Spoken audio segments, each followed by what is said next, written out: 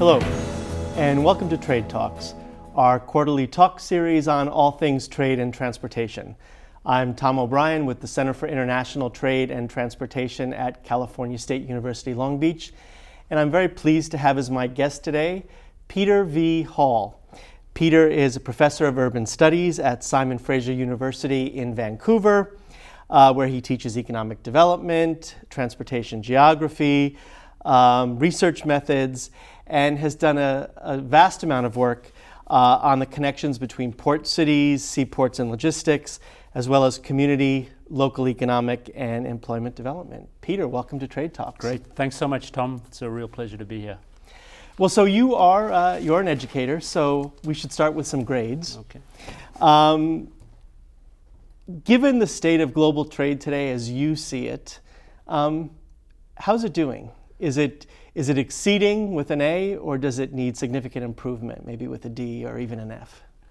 Well, it's difficult to give international trade a high grade right now. Luckily, we have something in the Canadian grading system called an incomplete, and I'm gonna go with that today. There's significant challenges to the international trade system right now, and all sorts of things going on with the regulation of the system, with conflicts between nations right now around trade, and then some of the perennial kinds of problems with trade that I've worked on, specifically the kind of uneven geographic impacts of trade.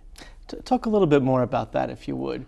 What's the cause of those sort of geographic imbalances, and how do they play out in the real world?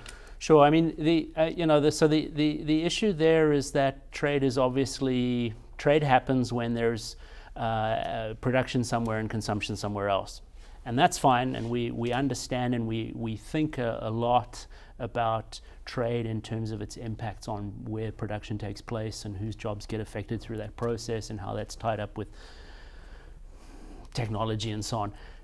In order for things to get places, they actually get funneled through very particular routes, and those routes go through very particular places. And I don't need to tell you here in Southern California that you're having a vast amount of goods moving through a really very narrow geographic kind of window. And so attendant to that is all kind of impacts, pollution impacts from the activity, externalities on communities. It sets up very particular kinds of employment patterns. So very good for some people, not good for other people. So it's intensely geographic, and it's about the places in between the production and the consumption where it's uneven.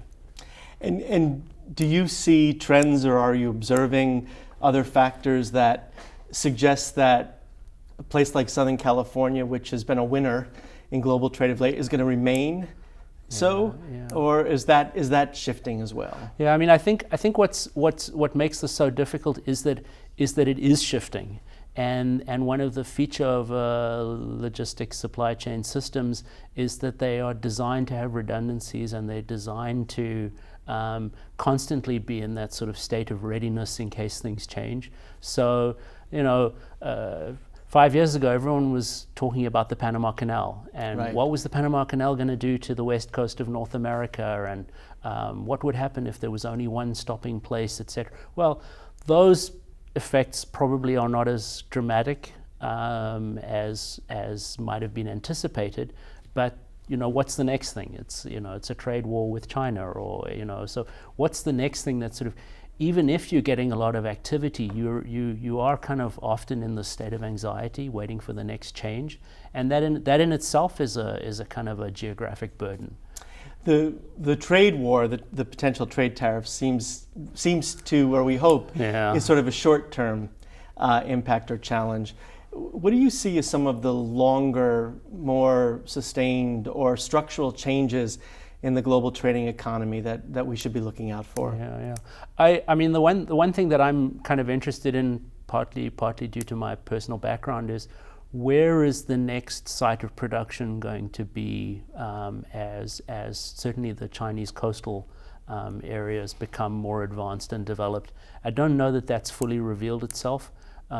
Where those sites of production are going to be. Are they going to be in South India?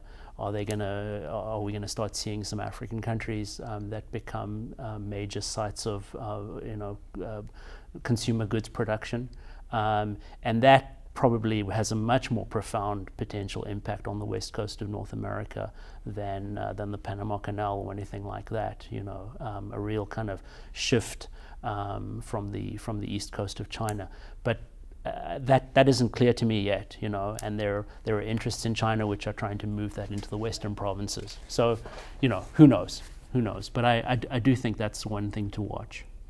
And you had referenced technology earlier. What role is that going to play in deciding where trade happens, whether we see a shift toward more domestic production because of things like 3D printing? Do you have a best bet on that?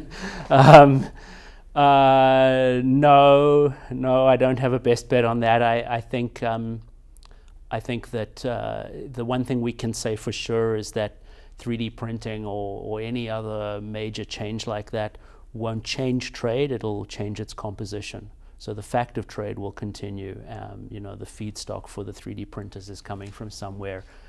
If there's kind of a re-domestication of final assembly so that it can be stamped made in, there's still going to be all sorts of parts and other complicated supply chains behind that. So I'm not willing to say it's going to happen there. It's not going to happen there. I think what we can again really be sure of is that it's not going to be fixed, and that's part of the tricky thing. Yeah, we've had prior discussions on this show looking at what it means to be made in America, right? Particularly, for example, automobiles. As a Canadian, right, you know that there's a lot of trade that occurs across the two borders even before it gets to final production. Right. Yeah, I mean those supply chains are so tied up, and we think about this as a kind of a supply or an input issue. I think increasingly we're also going to be thinking about this as a kind of end of life issue. So what's the supply chain for the proper disposal of that automobile and for its disassembly, and then it's kind of recycling into something else in future. Those are going to be supply chains as well, and they're going to have impacts on places. Yeah. You mentioned supply chains, and since we were grading trade as a whole, I'm wondering if you think that there are certain segments of the supply chain or aspects of the supply chain that are healthier than others. At this point. Yeah. I mean, healthy's a tough thing because there are often winners and losers in all of these kinds of actions. I do think that the container liner shipping industry has been doing some interesting things. Sort of some of the major players, Maersk and some of these others, thinking about how they can get more efficiency and particularly more energy and carbon efficiency out of their piece of the supply chain. I don't think it's unfair. I think it's actually fair to say that they're pushing that along in quite a progressive way. That has its own impacts. These larger, more efficient new generation ships, of course, have huge impacts on port cities. So it's not without its effects. But I do think there's some interesting effort being made there to really try and pay attention to the amount of carbon in the supply chain. And that's one kind of actor that has the ability to make the investment to make that happen. Well, that's a good point. I mean, I think the economic viability of a large ocean container line that has a limited number of competitors in the marketplace makes it perhaps somewhat easier for them to make some of those decisions from a safer perspective. Sure, and and contrast that completely with the trucking industry and a very different market situation. Absolutely, but if it takes a bit of market consolidation to get the innovation right, should we close the door to that? Should we run from that? It's an open question to me. Is there a point at which you get concerned about too much consolidation? I think given what we know about swings and cycles in transportation industries and how almost impossible it is to get the right amount of capacity on stream at any particular moment. I don't know if it's consolidation so much as it's government subsidies in ship construction, and if it's some consolidation on some routes, sure. But the fact that there are big players, and there are big players that are willing to invest in R&D and apparently are trying to improve their environmental performance, I don't know if that's the worst thing. You did mention trucking, and I know you've done a lot of work in this area. Talk a little bit, if you would, about where the trucking sector is today. In some cases, it appears it's almost the canary in the coal mine. It's the most vulnerable to changes in policy, to economic shifts, that sort of thing. What are your current observations about the trucking sector? I mean, it's the visible piece. So in that sense, the canary in the coal mines, that's a pretty nice analogy for the trucking industry. So it's visible to the public, it's visible to voters, it's visible in people's neighborhoods, and not just visible in the sense of we care about it, visible in the sense that it has direct negative implications, noise and local pollution and so on, particulate matter. We've come to understand that more and more. I think I was alluding to the sort of the negative side of the consolidation in the liner shipping industry. Well, part of that is about huge loads that need to be dispersed from the terminals, and that's part of where a lot of the challenges around trucking are coming from now. Is it's more important now to have goods movements off the terminals quickly and expeditiously, and that needs to filter out into the metropolitan area, and that's where those impacts are felt, and that's where the trucking is really seen and felt in terms of those impacts. We used to talk about dredging and channel depth. That was the issue that was going to decide the future of a port. Were you going to be deep enough to handle the big ships? And I really do think that right at the moment we're in a period where can you handle the first move off the terminal efficiently, and are you vulnerable to disruption there is a key deciding factor in port performance right at the moment. And we should probably add that drayage market, or that local trucking market, is perhaps even more vulnerable than the larger over-the-road trucking that we see that's hauling goods across continental North America. Yeah, then that comes back to your fair enough point about market scale and technology and consolidation. So we're probably going to see technology in the long-haul market sooner, or at least it'll probably be rolled out with less kind of disruption and chaos than in the drayage market. So fair enough, yeah. Do you see any bright signs on the horizon for trucking, though? It too has evolved along with other segments of the industry, and technology's played a role in that, and we're trying to make the trucks cleaner as well. I mean, we're probably not that far from viable electric systems within metropolitan areas, and I think this is a great place for public policy to make that final push, to really try and make that happen. There are limits, all sorts of limits, and all sorts of reasons why a fragmented industry and drivers who always want to have another option, why they wouldn't want to make that kind of investment, and why it's difficult to get it right, and if you're going to electrify the drayage fleet, where does that leave all the existing vehicles, and so on. There are tricky questions there, but I do think we're relatively close. We're close. Well, without being completely facile, we're closer than we ever used to be. Well, but we are. We're closer than we've been. And I know you have not looked at this only in the North American context. You've done work sort of looking at the challenges to the drayage and the trucking sector globally, and there are some similarities, right? Yeah. I mean, that's one of the surprising things.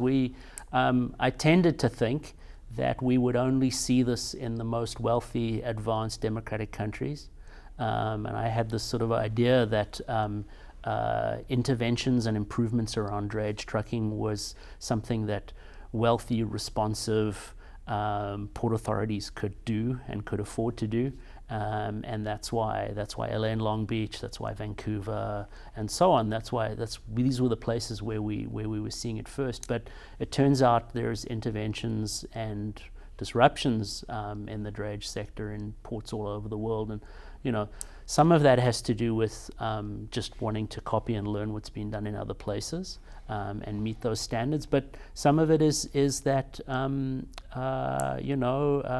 as Chinese port cities, coastal cities themselves are becoming much more advanced service places, places where people move because of amenity, livability, they're not going to put up with it. And the market share for drayage in most Chinese ports is much higher than on the west coast of North America. So the impact is huge, and people are tired of it.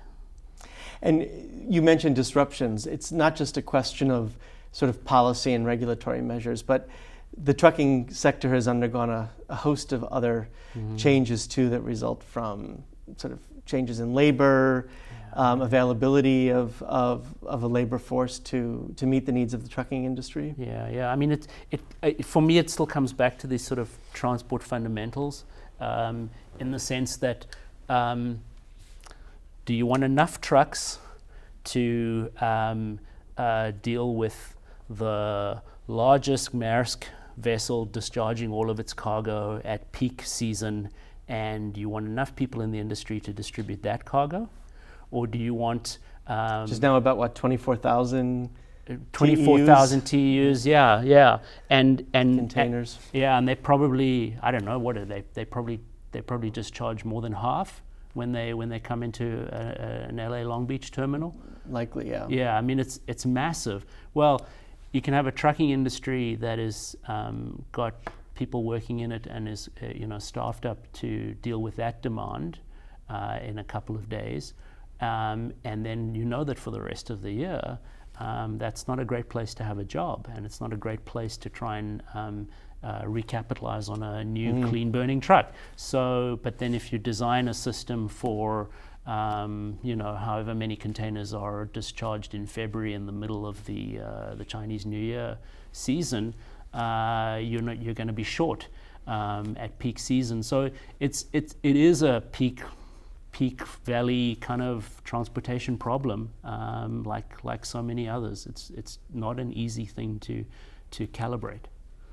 I suppose one of the responses that people most fear is a shift toward fully autonomous trucking, where we sort of eliminate the need for the driver altogether. Do you see that in the near term or even the longer term? I'm not sure. I'm not sure. I mean, 20 years from now, you can tell me I'm wrong, but hopefully nobody will be watching this in 20 years' time. I think it's more likely that we'll see displacement of the long-haul drivers. The drayage market, to me, there are very high density corridors between terminals and rail yards, for instance, and if they electrify that and they turn that into a tram, and it still looks like a truck, but effectively it's a kind of a train, great, fantastic for local amenity, good way, and if that displaces some jobs, I think that's probably, we could live with that. I don't see the kind of drayage delivery to different offsite locations, repositioning offsite. I don't see that being replaced by technology terribly quickly and easily. I don't think we're ready to have container drayage trucks doing local deliveries. I don't think that people operating a warehouse are ready to have a robot backing up in their congested little yard to deliver, the 1 TU a week that they get or whatever it is. So I don't see those positions being replaced very quickly. I think the human contact and the variability of the task is just quite enormous. Do you see, though, a shift, an increased use in artificial intelligence, robotics that changes the way the supply chain functions or increases our reliance upon the data that drives the flow of goods? Yeah, and in a way we've already seen a lot of that. So the kind of the systems that are now in place to track trucks to monitor the workflow are already in place. I just don't know how artificial intelligence, at least not the versions I've seen of it, really replace that kind of final mile delivery task. It's final mile of a container is still final mile. It's the same as getting a pizza in the hands of the guy who's too lazy to make his own dinner. So then, are you optimistic about logistics as being an employment growth area for the foreseeable future? So I don't know that the downside, because of this kind of need for troubleshooting, for really customized hand-to-hand, I don't see the downside being quite as bad as some people fear. Mm-hmm. That's the first thing. And the second thing with technology is that it creates other positions. It creates all sorts of information handling positions and systems. It creates all of these robots need to be repaired. Mm-hmm. And once you've paid to convert that vehicle from a driven diesel truck into a connected automated electric, you don't want that thing to sit idle for a moment. Yeah. So you're going to pay more, you're going to invest more in the people who repair and keep that thing going. Now, that changes workplace relations, that does all sorts of things to jurisdictions of who's going to do the work and who gets compensated and how. It has huge disruptive effects, but does it change the aggregate employment? I don't think it's as scary as the sort of the pure numbers argument suggests. That's good news for the cities and the places that host a lot of this trade activity. So let's turn our attention to port cities for a minute, because I know that's something else that's near and dear to your heart, and certainly important to us here in Southern California, where the ports and the trade sector and air facilities provide a significant amount of employment opportunities. Yeah. But with some historical perspective, what makes a great port city? Why does LA and Long Beach thrive as this location, and the great cities of Europe, and Vancouver, your hometown? Okay, so what do you say, 50,000 feet, or the kind of full top-down kind of perspective. LA Long Beach shouldn't have been a great port. It should have been San Diego. Or Santa Monica, right? Wasn't that the original? First San Diego and then Santa Monica. That's how I understand the history. But I think the first idea was the railway would go to San Diego, and Huntington got it to Santa Monica. And then once he got it to Santa Monica, the local crowd said, "Okay, no, we're not giving you a monopoly." And Vancouver it's difficult to ignore geography in the case of Vancouver, because the mountains are pretty steep, and the river is really the place where the port could have been feels geographically constrained. But actually the story is surprisingly similar. They were building the railway, and it was supposed to stop at the first point of water, and the merchants 10-15 miles further on got together and made a deal with the railway company, the Canadian Pacific Railway Company, to bring it to where Vancouver is today. So my point there is that the geography of where port cities happens and has happened historically somehow reflects these kind of given geography. Where is there deep water? Where is the head of the delta? Where is the convenient place to put the port? But actually the story mostly behind this is, where is the collection of people that came together and that were able to assemble the trade relations, the finance to pay for the infrastructure, and of course had the trading relationships that made the port city possible. And so that's the way I tend to think about what's the origin story of a port city. No, and that's interesting, because what you're suggesting is that geography matters, certainly politics and leadership matters, but it also suggests that port cities need to be continually vigilant about maintaining their status and their role, because somebody else could create a bigger, better mousetrap or port. A bigger, better mousetrap, and maybe also a bigger, better set of relationships with the trading partners, and a bigger, better understanding of where the technology is going, and how the systems might affect where the activity takes place. Yeah. And I know we've seen, again, on the west coast of North America, that Seattle and Tacoma have sort of adjusted their management structure so that they can be more nimble and more responsive to some of those partners I think that you're talking about. Yeah. I mean, they're what I find fascinating about the Seattle-Tacoma situation in particular, where they've come together with the Northwest Seaports Alliance. It's an alliance around containers, but it's partly that I think there's now widely shared understanding that Seattle is limited in what facilities it can host, but there are synergies between the two that would benefit Tacoma. I think it's important to also bring into that story that it's now been a 40-year trajectory of Seattle, the city of Seattle, seeing its future much more in advanced services, in aerospace, etc., and the local elites and interest groups started to move away from seeing the physical port as central to their interests quite some time ago. And maybe a focus also, or a shift from sort of a municipal development strategy to a more regional development strategy. Exactly.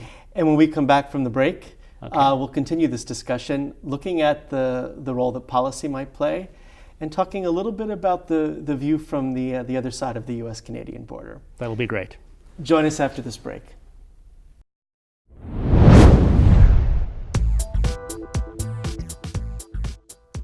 There are many challenges facing our cities today. What can we do? How can we afford it? You can become a part of the solution by analyzing the problems, evaluating possible solutions, and implementing your plan. Work within your city, county, or state, or serve our country as a foreign service officer working overseas. You can become a part of this exciting field with a degree from Cal State Long Beach.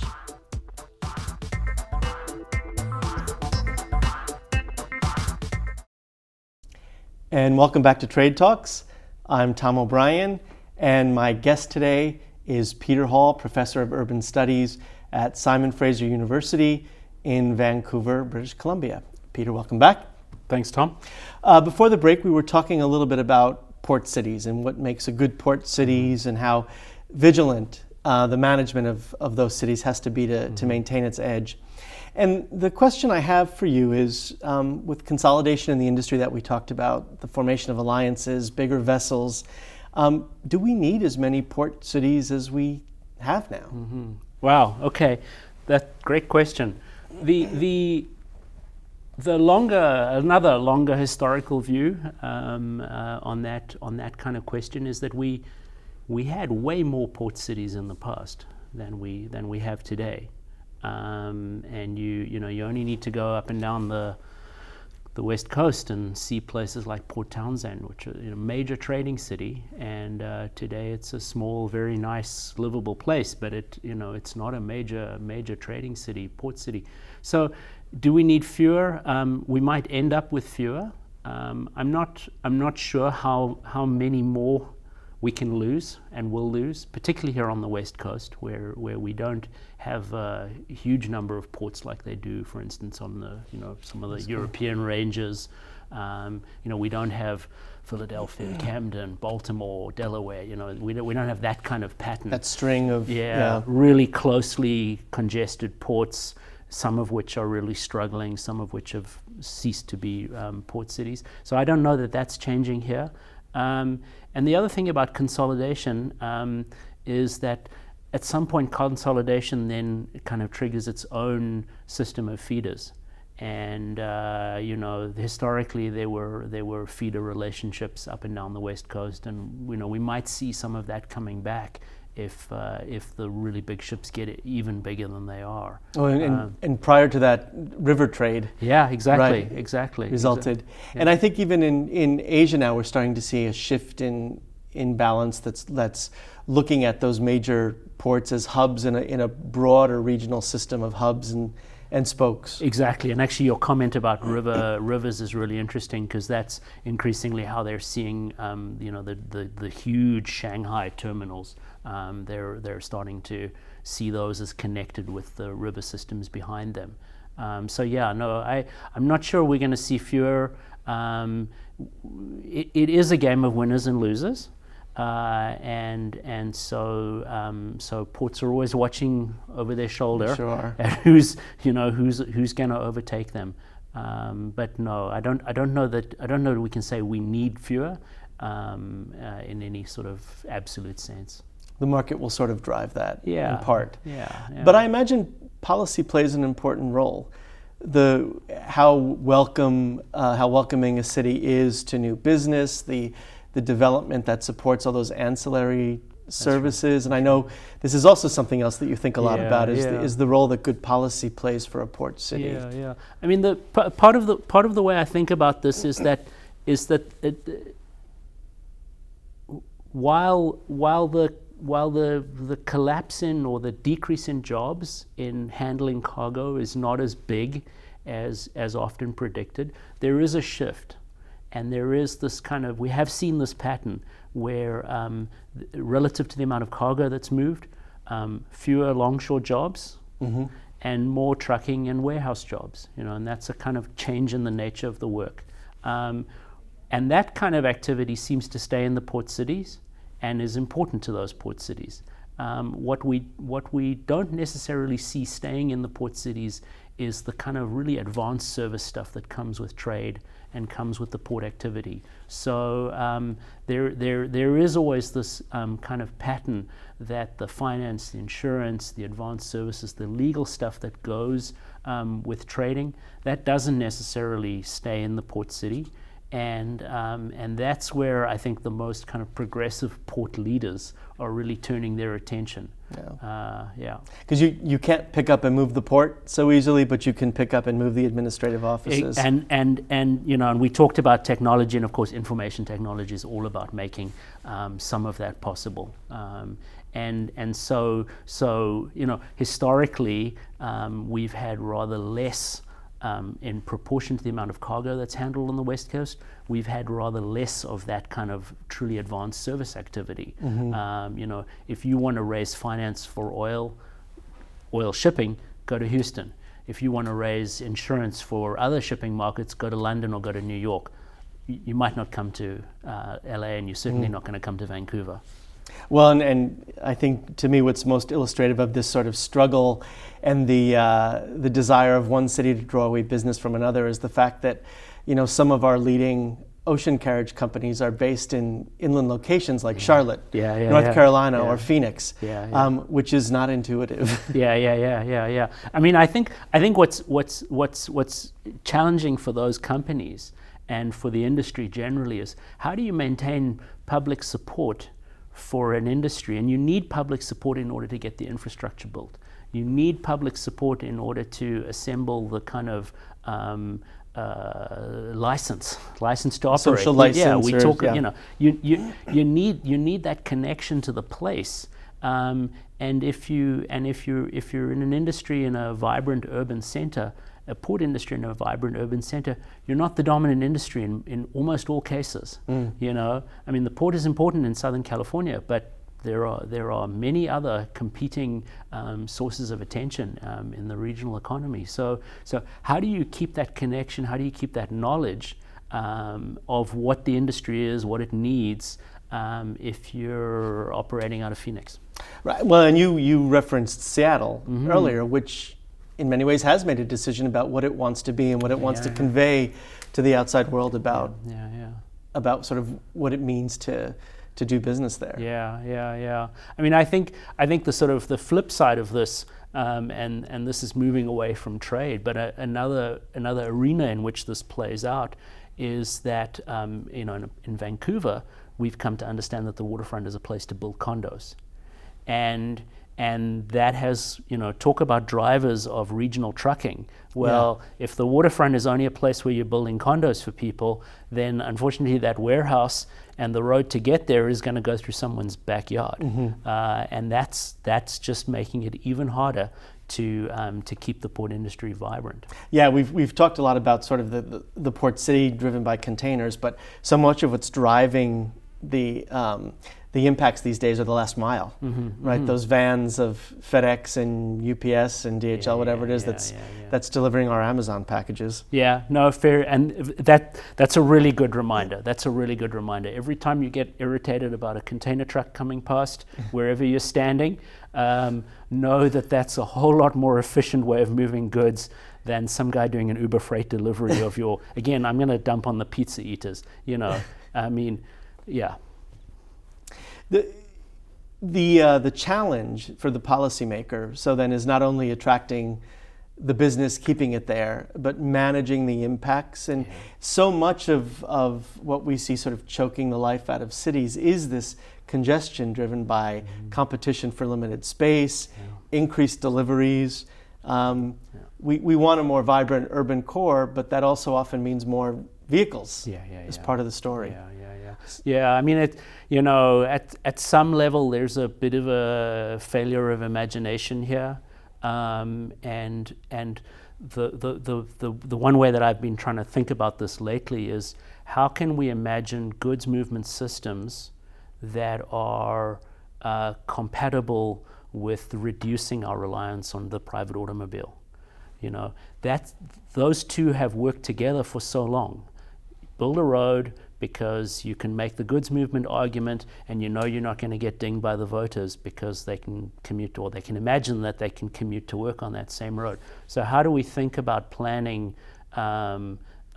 freight systems that don't further lock us into everybody driving their own car to go somewhere? Because, you know, it's not actually the trucks that cause the congestion, it's you and me. Right. So do you have any other examples of sort of what an imaginative response would be? You know, so we address that failure of imagination. Yeah. I mean, I think another kind of piece of imagination is to you know, to really take seriously this idea that the goods movement, and you know, I think about this in terms of ports, but I think it applies to other parts of the urban logistics industry. It's this desire to be very, very flexible and to always have options. I can remember when I was doing my dissertation research on a port, and there was a land use planner in the port, and he said, "Oh, you wouldn't believe what a terrible job I have. All I have to do is make sure there's a buffer around us so that the neighbors don't get in our faces." And you know, so well, what's that buffer about? That buffer is about them having options. You know, it's about them knowing that their industry is always variable, always uncertain, and so they kind of design these zones that then become dead zones. They become areas of urban blight that attract more negative attention to what the industry is trying to do. So how can we think about urban systems that don't, and urban ways of planning freight that don't, you know, sort of leave us trapped in the cycle of, you know, vacant land, congested land, vacant land, congested land? Does that mean we need to look for regional solutions as well? Because the port city is no longer just the port city here in Southern California. Those trains are being made, and they're going through the Inland Empire, and that's where the warehousing sector is. So it's really it's an interconnected network. It's a system of systems. Yeah. It is, and we do need to think regionally. And I don't see how we get out of it if we don't. And I think that the history of the successful ports in the sort of the second or the kind of, in the wave of containerization that followed the initial innovation, the successful ports are the ones that have regionalized. That, LA and Long Beach getting together and doing the Alameda Corridor, the ports in Vancouver. Which is that dedicated rail link from the ports out to the rail yards east of downtown. Right, and New York and New Jersey having a bi-state structure already in place that forced them to think regionally, and port amalgamations to as we're seeing in the Pacific Northwest. Absolutely, I think there have to be regional approaches. And full disclosure, you and I have done some work in the area of comparative ports, understanding what we can learn from one place that might be applicable in another. Sure. What, in your opinion, is the value of sort of looking at what we do here and then applying those lessons elsewhere, or vice versa? Well, even before applying the lessons, I think there's the question of understanding that consciously and unconsciously the industry are engaged in a comparative process. And by industry, I mean I include anyone from port administrators, labor, and the firms themselves. They do watch each other. They do learn from each other. Sometimes they're forced to by policy or by market pressures. So we've got this service in this part of our rotation. We expect it in all parts of our rotation. I think one of the most exciting areas of new development in terms of sort of ports learning from each other is some of the ports starting to think about how ships on the same rotation, if they can harmonize and raise the standards when it comes to emissions, when it comes to plug-in technology, and trying to sort of really think across multiple ports about how parts of the industry are connected. I think that's really exciting. Coordinating vessel stowage plans so that it minimizes the impact on the ports. Yeah. We've talked a little bit about your home base in Vancouver, and there's a lot of reasons to sort of see similarities in Southern California, Seattle, Tacoma, and Vancouver being West Coast North America, but it really is a different context, right? So I want to talk a little bit about the Canadian perspective on trade and ports, and maybe some of the bigger challenges that are facing the trade sector. So let's start with the big one, which is the USMCA, NAFTA 3.0, 4.0, something like that. I've heard your Consul General speak on the topic, and there's really no ambivalence on the official part of Canada about the value of trade and this tripartite agreement. Right. What are you observing from where you sit about Canadian support for trade agreement, and when you see the debate here in the U.S., what do you think it means for Canada? Right. I've got a 13, 14 year perspective on trade in Canada. That's how long I've been a resident and now a citizen of Canada. The fact of trade is not a disputed issue in Canada, and we see that in the current election. We're in the middle of an election campaign right now. Trade has not been on the ballot, and in large part that's because I think there's a widespread understanding that trade is essential to the Canadian economy. It's impossible to imagine, how a vast country with 30 million people, the scale is just enormous. That is trading resources for most parts. There's an industrial heartland, of course, but trading resources for most of the economic activity of the country. It's just hard to imagine how trade isn't central. There are important debates about the way trade is done, and we get to that in a moment. But in terms of this ballot question for next week, it's not on the ballot because I think there's a consensus that the way the Trudeau government has handled the trade negotiations with the Trump administration has been pretty much, as good as it could have been. They assembled a left-to-right coalition They assembled a coalition of all the premiers of the provinces who have quite a lot of power, probably more independence than a state governor. They assembled a coalition. They really put on a pretty good show in terms of handling that negotiation. It hasn't yet been signed. It hasn't been ratified. So of course everything could change. But in terms of the immediate question, it's not controversial. The idea was to try and get the best version of NAFTA again, and it's not on the ballot. And I would have to imagine that having such a significant portion of the population so close to a border and engaging with the border on a regular basis has some impact. I mean, I saw some figure that a high percentage of Canadians live within 80% within 100 kilometers. Yeah. Yeah. So does that play a role in all of this? I suppose. I mean, I suppose the experience of crossing the border is widely shared, and there's a very high proportion of Canadians are immigrants. So I can imagine that plays some role. There are issues about interprovincial trade, and there are issues about trade in particular commodities, so specifically around carbon, oil, and so on, that are controversial. But those aren't understood as questions of whether or not to trade. They're understood as questions about how to do it, and the distribution of the costs and the benefits. But yeah. And I assume those reflect some of the same issues we have here about the impact on employment, environmental standards, and whether they're shared across the board. Yeah. No, absolutely. There are controversies around softwood lumber, and that's a specific trade dispute that's raged between Western Canada and the United States. There are specific issues around dairy, and that is electorally significant in Quebec.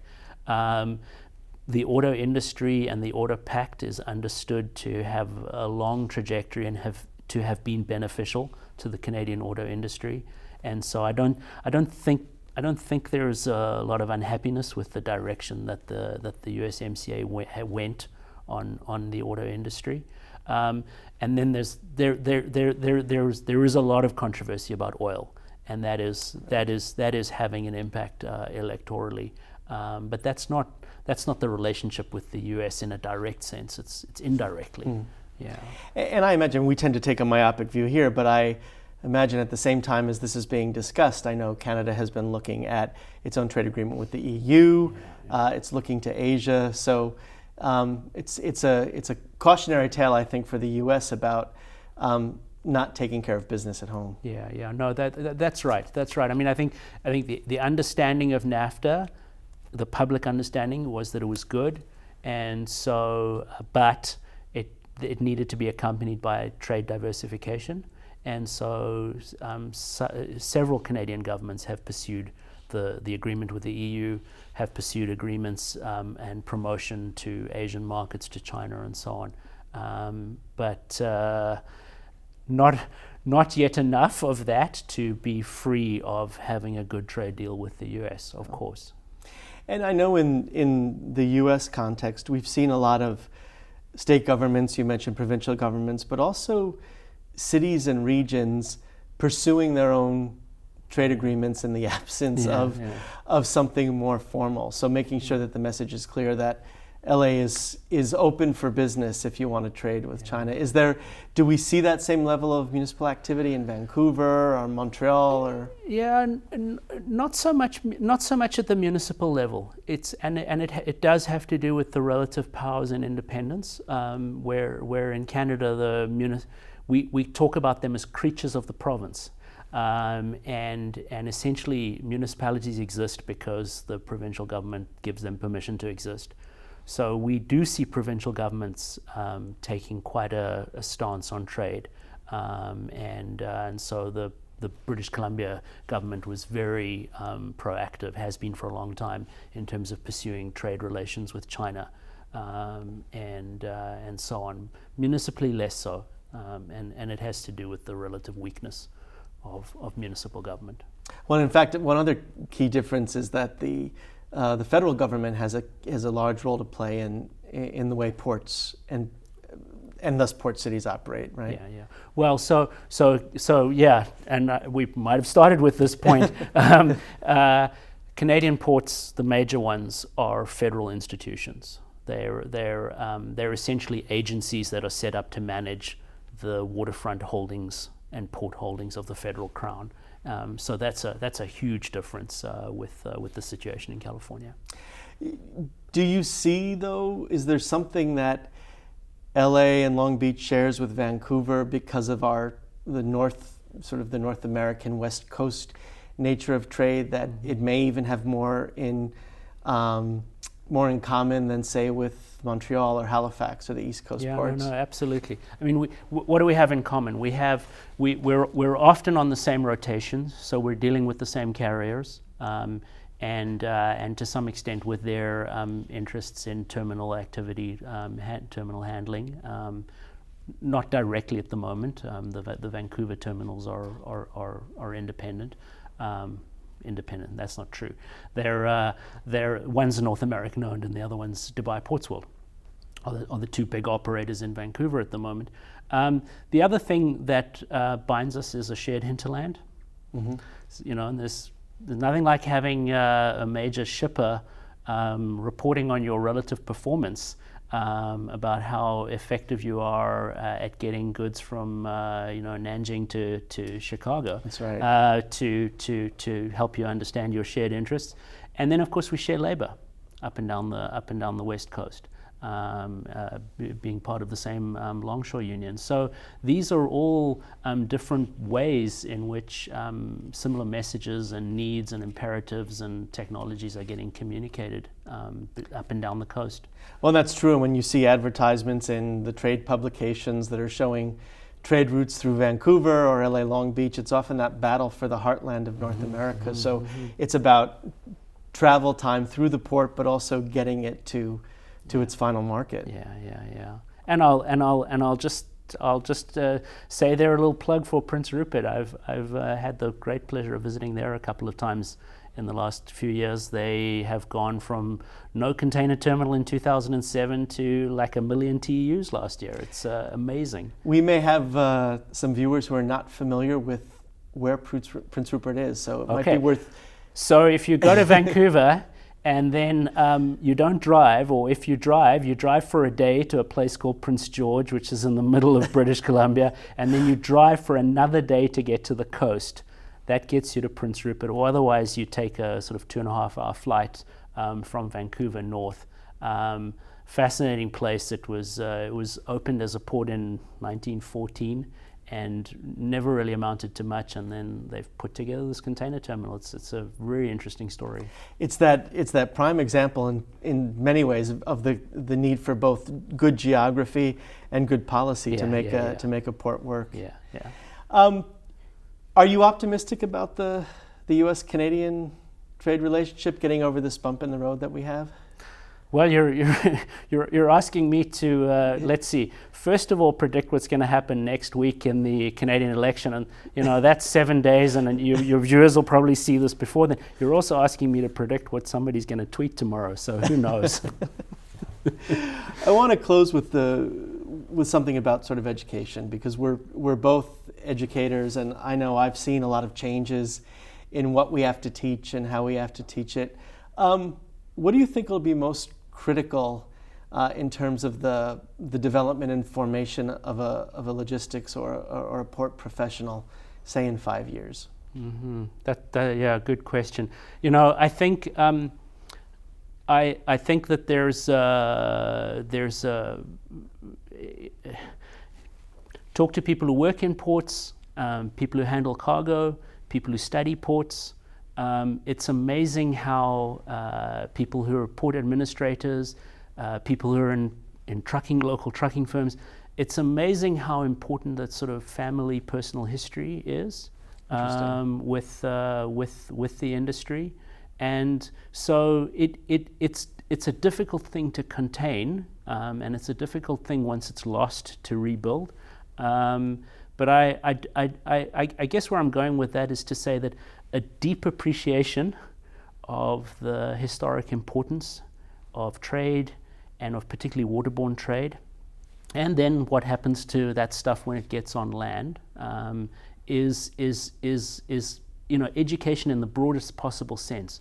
An appreciation of how that complicated thing comes together is part of what we have to do.